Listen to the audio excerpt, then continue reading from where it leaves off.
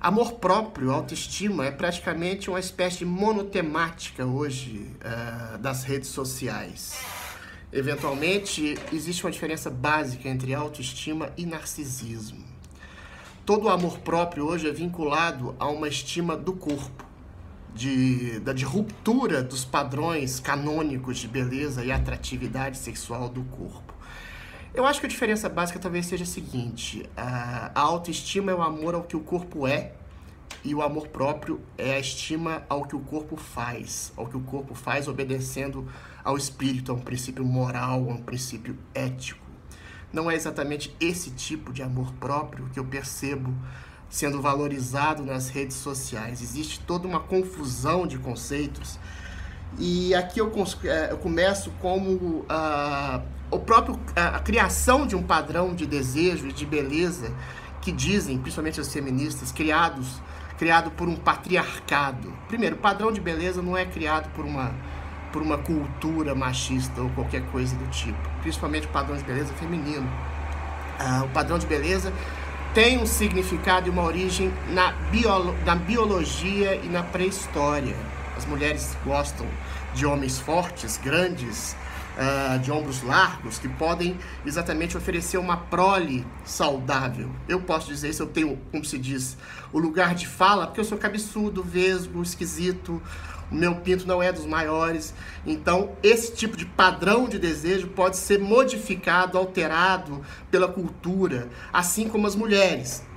O padrão de desejo, o padrão de beleza biológico, neurológico, é aquela que oferece também bons instintos de reprodução, quadril largo, seios fartos, cintura fina. Claro que esse padrão também pode ser alterado pela cultura. E aí vem outra crítica progressista, que é o patriarcado que colocaria esse tipo de padrão, mas não é o patriarcado. Às vezes, por exemplo, a cultura, o padrão de beleza da mulher magra, né, que as plus size tem tanta complicação em relação a isso. Isso foi criado, por exemplo, nos anos 60, 70, a partir de um ponto de vista de estilistas, que não tem exatamente um padrão de desejo voltado para as mulheres, que criaram um padrão de beleza de magreza absoluta, de absolutamente não valorização do corpo voltado à reprodução.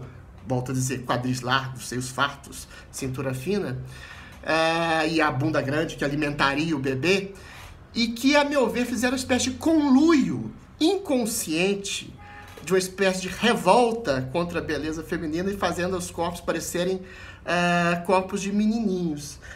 Eu acho que, sim, a cultura muda o padrão de desejo, mas nem tanto assim, entendeu? Então, existem certos signos de beleza que são inalteráveis, e não tem jeito. A beleza, o culto à beleza, o culto à atratividade sexual é absolutamente, de alguma forma, injusta. O que eu acho curioso e paradoxal é estabelecer um tipo de empoderamento em relação ao próprio corpo, a valorização do próprio corpo, e não ao que o corpo faz em obediência a um princípio moral para além da atratividade sexual, que é fundamental, que é importante, que é interessante, mas que não é absolutamente tudo. Isso não é uma revolução de costumes, isso é uma involução a um padrão sexual de desejo, nada mais do que isso. E eu acho que isso tem um fundo histórico muito curioso, que a revolução sexual, que quando nos anos 60 irrompeu como uma quebra de paradigmas, de laços, contra um certo conservadorismo, contra a instituição do casamento, contra a instituição da família, de uma ampla liberdade sexual. Primeiro que a liberdade sexual é mais utilizada por gente que é bonita e atrativa sexual dentro de um padrão sociobiológico ou cultural de desejo que seja, entendeu? E essa valorização hoje do corpo, essa sobrevalorização do corpo, tem muito a ver com uma espécie de narcisismo oriunda dessa revolução sexual, que culminou num conservadorismo máximo. Conservadorismo não, porque o conservadorismo é um conceito muito mal utilizado, mas não é o caso desse vídeo aqui, de um reacionarismo sexual terrível. As pessoas hoje usam o corpo como se fosse um altar, como se fosse um altar sacrossanto de hipervalorização, mas não das relações sexuais, mas de narcisismo. Haja vista que qualquer tipo de olhar, ou flerte, ou palavra mais incisiva é vista como um abuso.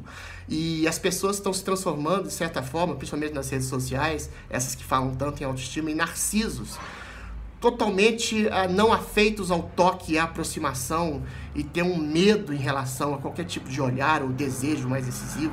E a sexualidade tem um grau de certa incisividade, certa agressividade, claro, isso controlável civilizadamente, mas isso criou exatamente esse bode. A revolução sexual se transformou no princípio mais reacionário de culto, não às relações, mas de culto à valorização do próprio corpo em detrimento a qualquer tipo de relacionamento, e a um tipo de ressentimento em relação ao desejo.